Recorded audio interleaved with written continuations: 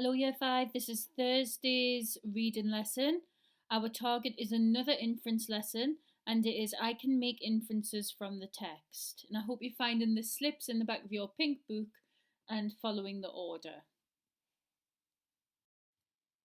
Our vocabulary check before we start today. You have got ornate. What does it mean if something is ornate? Masculine. Cock-a-hoop. Ambushed and preposterous. So if you could find out what they mean, please. Jot them down and then join me for the reading of chapter 4. So let's read chapter 4, which begins on page 46. It is called So What Do You Say? Alex opened his eyes. So he was still alive. That was a nice surprise. He was lying on a bed in a large, comfortable room. The bed was modern, but the room was old, with beams running across the ceiling, a stone fireplace, and narrow windows in ornate wooden frames. He had seen rooms like this in books when he was studying Shakespeare. He would have said the building was Elizabethan. It had to be somewhere in the country. There was no sound of traffic. Outside he could see trees. Someone had undressed him. His school uniform was gone. Instead, he was wearing loose pyjamas, silk from the feel of them. From the light outside, he would have guessed it was early evening. He found his watch lying on the table beside the bed, and he reached out for it. The time was 12 o'clock. It had been 4:30 when he was shot with what must have been a drugged dart. He had lost a whole night and half a day. There was a bathroom leading off the bedroom, bright white tiles, and a huge shower behind a cylinder of glass and chrome. Alex stripped off the pyjamas and stood for 5 minutes under a jet of steaming water. He felt better after that. He went back into the bedroom and opened the cupboard. Someone had been to his house in Chelsea. All his clothes were here, neatly hung up. He wondered what Crawley had told Jack. Presumably, he would have made up some story to explain his sudden disappearance. He took out a pair of Gap combat trousers, a Nike sweatshirt and trainers, got dressed, then sat on the bed and waited. About 15 minutes later, there was a knock and the door opened. A young Asian woman in a nurse's uniform came in, beaming. "Oh, you're awake and dressed. How are you feeling? Not too groggy, I hope. Please come this way. Mr. Blunt is expecting you for lunch." Alex hadn't spoken a word to her. He followed her out of the room, along a corridor, and down a flight of stairs. The house was indeed Elizabethan, with wooden panels along the corridors, ornate chandeliers, and oil paintings of old, bearded men in tunics and ruffs. The stairs led down into a tall, galleried room, with a rug spread out over flagstones and a fireplace big enough to park a car in. A long, polished wooden table had been laid for 3. Alex Blunt and a dark, rather masculine woman unwrapping a sweet were already sitting down. Mrs. Blunt? "Alex!" Blunt smiled briefly, as if it was something he didn't enjoy doing. "It's good of you to join us." Alex sat down. "You didn't give me a lot of choice."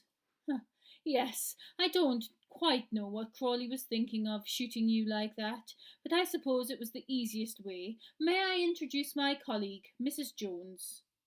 The woman nodded at Alex. Her eyes seemed to examine him minutely, but she said nothing. "Who are you?" Alex asked. "What do you want with me?" "I'm sure you must have a great many questions, but first let's eat." Blunt must have pressed a hidden button, or else he was being overheard, for at that precise moment a door opened and a waiter, in a white jacket and black trousers, appeared carrying 3 plates. "I hope you eat meat." "Today it's carré d'agneau." "You mean roast lamb?"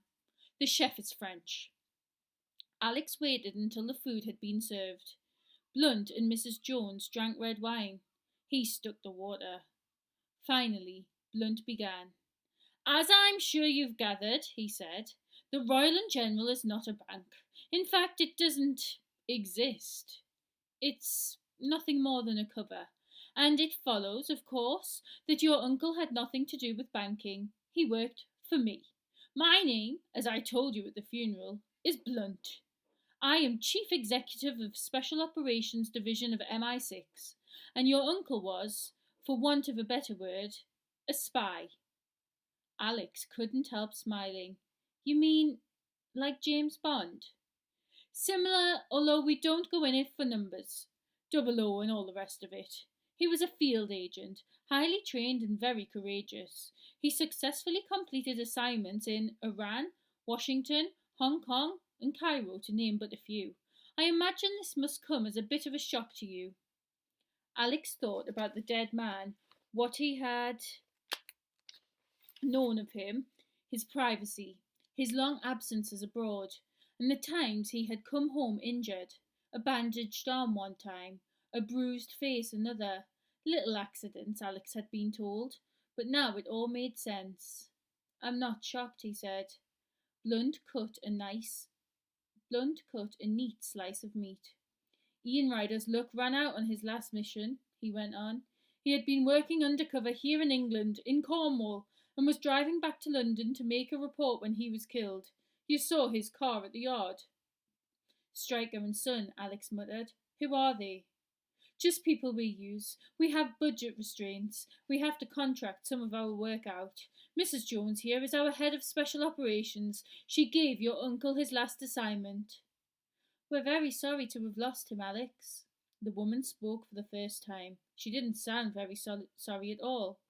Do you know who killed him? Yes. Are you going to tell me? No, not now. Why not? Because you don't need to know. Not at this stage. All right. Alex put his knife and fork down. He hadn't actually eaten anything. My uncle was a spy. Thanks to you, he's dead. I found out too much, so you knocked me out and brought me here. Where am I, by the way? This is one of our training centres, Mrs. Jones said. You've brought me here because you don't want me to tell anyone what I know. Is that what this is all about? Because if it is, I'll sign the Official Secrets Act or whatever it is you want me to do. But then I'd like to go home. This is all crazy anyway, and I've had enough. I'm out here. Blunt coughed quietly. It's not quite as easy as that, he said. Why not? It's certainly true that you did draw attention to yourself both at the Breakers' Yard and then at our offices on Liverpool Street. And it's also true that what you know and what I'm about to tell you must go no further. But the fact of the matter is, Alex, we need your help. My help? Yes. He paused. Have you heard of a man called Herod Sale? Alex thought for a moment. I've seen his name in the newspapers. He's something to do with computers, and he owns racehorses. Doesn't he come from somewhere in Egypt? No, from the Lebanon. Blunt took a sip of wine. Let me tell you his story, Alex. I'm sure you'll find it of interest. Herod Sale was born in complete poverty in the back streets of Beirut. His father was a failed hairdresser. His mother took in washing. He had 9 brothers and 4 sisters, all living together in 3 small rooms, along with the family goat. Young Herod never went to school, and he should have ended up unemployed, unable to read or write like the rest of his family. But when he was 7, something occurred that changed his life. He was walking down Olive Street in the middle of Beirut when he happened to see an upright piano fall out of a 14th-story window. Apparently it was being moved and it somehow overturned. Anyway, there were a couple of American tourists walking along the pavement below, and they would have both been crushed, no doubt about it, except that at that last minute Herod threw himself at them and pushed them out of the way. The piano missed them by a millimetre. Of course, they were enormously grateful to the young waif, and it turned out that they were very rich. They made inquiries about him and discovered how poor he was. The very clothes he was wearing had been passed down by all 9 of his brothers. And so, out of gratitude, they more or less adopted him, flew him out of Beirut and put him in a school over here, where he made astonishing progress. He got 9 O levels, and here's an amazing coincidence. At the age of 15, he actually found himself sitting next to a boy who would grow up to become the Prime Minister of Great Britain. Our Prime Minister, in fact. The two of them were at school together. I'll move quickly forward. After school, Sale went to Cambridge, where he got a first in economics. He then set out on a career that went from success to success. His own radio station, record label, computer software, and yes, he even found time to buy a string of racehorses, although for some reason they always seem to come last. But what drew him to our attention was his most recent invention, a quite revolutionary computer which he calls the Stormbreaker. Stormbreaker. Alex remembered the file he had found in Ian Ryder's office. Things were beginning to come together. The Stormbreaker is being manufactured by Sale Enterprises, Mrs. Jones said. There's been a lot of talk about the design. It has a black keyboard and black casing, with a lightning bolt going down the side, Alex said. He had seen a picture of it online. But it doesn't only look different, Blunt cut in. It's based on a completely new technology. It uses something called the round processor. I don't suppose that will mean anything to you. It's an integrated circuit on a sphere of silicon about 1 millimeter in diameter, Alex said. It's 90% cheaper to produce than an ordinary chip because the whole thing is sealed in, so you don't need to clean rooms for production. Oh, yes, Blunt coughed. Well, the point is, later today, Sale Enterprises are going to make a quite remarkable announcement. They are planning to give away tens of thousands of these computers. In fact, it is their intention to ensure that every secondary school in Britain gets its own Stormbreaker. It's an unparalleled act of generosity, Sale's way of thanking the country that gave him a home. So the man's a hero. So it would seem. He wrote to Downing Street a few months ago. My dear Prime Minister, you may remember me from our school days together. For almost 40 years I have lived in England, and I wish to make a gesture, something that will never be forgotten, to express my true feelings towards your country. The letter went on to describe the gift and was signed yours humbly by the man himself. Of course, the whole government was cock-a-hoop. The computers are being assembled at the Sale plant down in Port Talon, Cornwall. They'll be shipped across the country at the end of this month, and on April 1st there's to be a special ceremony at the Science Museum in London. The Prime Minister is going to press the button that will bring all the computers online. The whole lot of them. And, this is top secret by the way, Mr. Sale is to be rewarded with British citizenship, which is apparently something he has always wanted. Well, I'm very happy for him, Alex said, but you still haven't told me what this has got to do with me. Blunt glanced at Mrs. Jones, who had finished her meal while he was talking. She unwrapped another peppermint and took over. For some time now, our department, Special Operations, has been concerned about Mr. Sale. The fact of the matter is, we've been wondering if he isn't too good to be true. I won't go into all the details, Alex, but we've been looking at his business dealings. He has contacts in China and the former Soviet Union, countries that have never been our friends. The government may think he's a saint, but there's a ruthless side to him too, and the security arrangements down at Port Talon worry us. He's more or less got his own private army. He's acting as if he's got something to hide. Not that anyone will listen, Blunt muttered. Exactly. The government's too keen to get their hands on these computers to listen to us. That was why we decided to send our own man down to the plant, supposedly to check on security, but in fact his job was to keep an eye on Herod Sale. You're talking about my uncle, Alex said. Ian Ryder had told him that he was going to an insurance convention, another lie in a life that had been nothing but lies.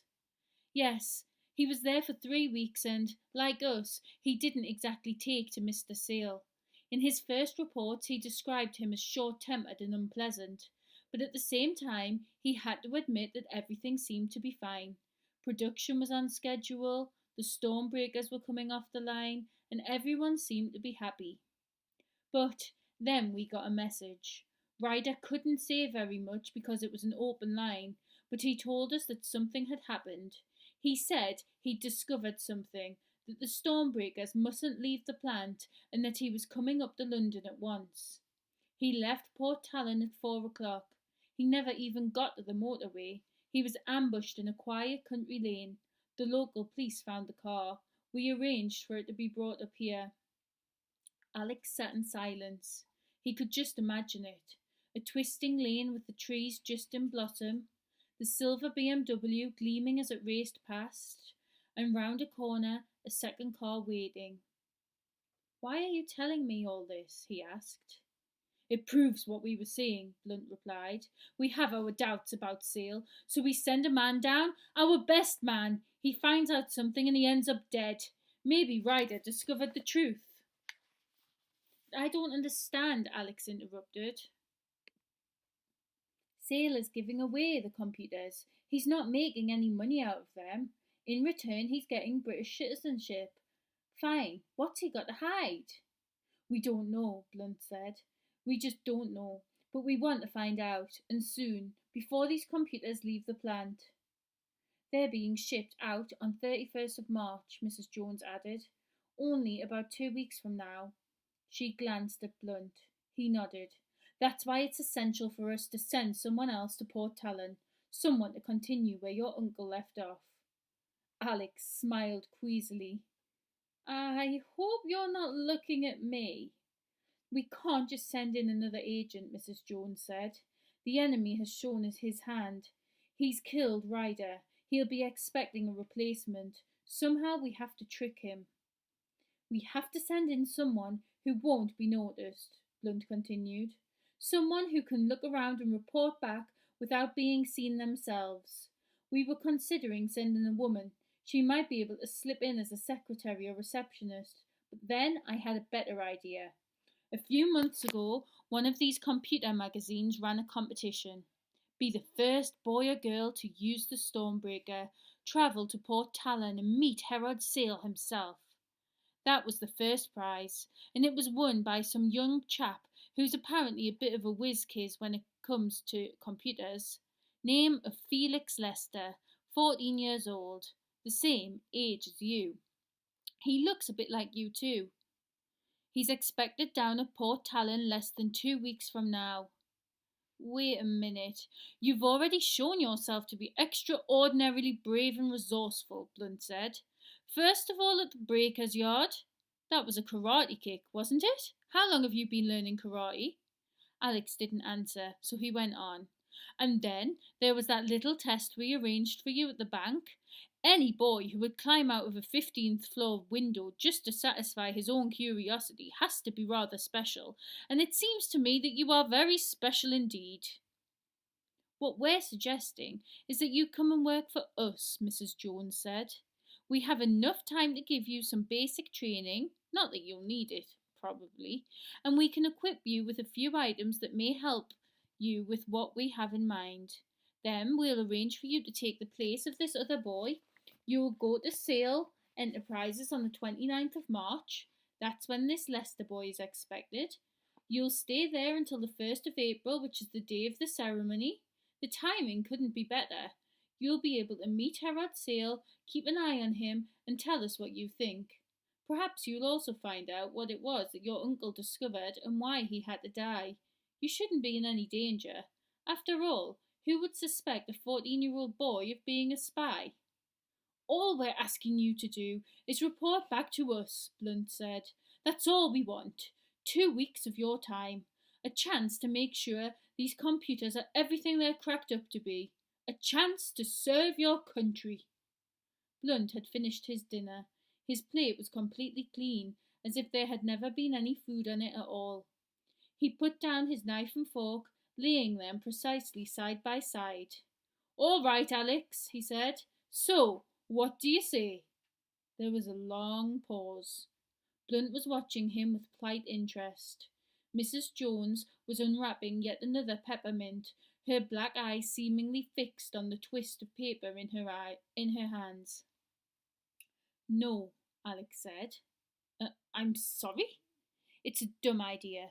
I don't want to be a spy. I want to be a footballer. Anyway, I have a life of my own.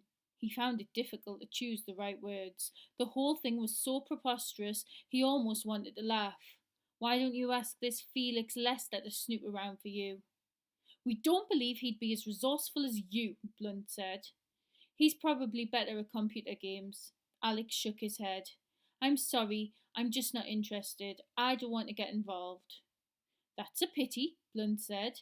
His tone of voice hadn't changed, but there was a heavy, dead quality to the words, and there was something different, too, about him. Throughout the meal, he had been polite, not friendly, but at least human. In an instant, that had disappeared. Alex thought of a toilet chain being pulled. The human part of him had just been flushed away. Then we'd better move on to discuss your future, he continued. Like it or not, Alex, the Royal and General is now your legal guardian. I thought you said the Royal and General didn't exist. Blunt ignored him. Ian Ryder has of course left the house and all his money to you. However, he left it in a trust until you were 21, and we control that trust. So there will, I'm afraid, have to be some changes. The American girl who lives with you, Jack, Miss Starbright, her visa has expired. She'll be returned to America. We propose to put the house on the market. Unfortunately, you have no relatives to look after you, so I'm afraid that also means you'll have to leave Brookland. You'll be sent to an institution. There's one I know just outside Birmingham, the St. Elizabeth in Sowerbridge. Not a very pleasant place, but I'm afraid there's no alternative. You're blackmailing me, Alex exclaimed. Not at all. But if I agree to do what you ask? Blunt glanced at Mrs. Jones. Help us, and we'll help you, she said. Alex considered, but not for very long. He had no choice and he knew it. Not when these people controlled his money, his present life, his entire future. You talked about training, he said. Mrs. Jones nodded. That's why we brought you here, Alex. This is a training centre. If you agree to what we want, we can start at once. Start at once. Alex spoke the 3 words without liking the sound of them. Blunt and Mrs. Jones were waiting for his answer. He sighed. Yeah, all right, it doesn't look like I've got very much choice. He glanced at the slices of cold lamb on his plate. Dead meat. Suddenly, he knew how it felt. So, our quick quiz today. Have a think. Why did he think he was in the country? In the countryside, that means. So, why did he think he was in the countryside? What has Ian Ryder's job been? So, what is his real job now that we've found out? Where is Herod Sale from? How did Herod Sale stop being poor? What does Herod Sale intend to do with Stormbreaker?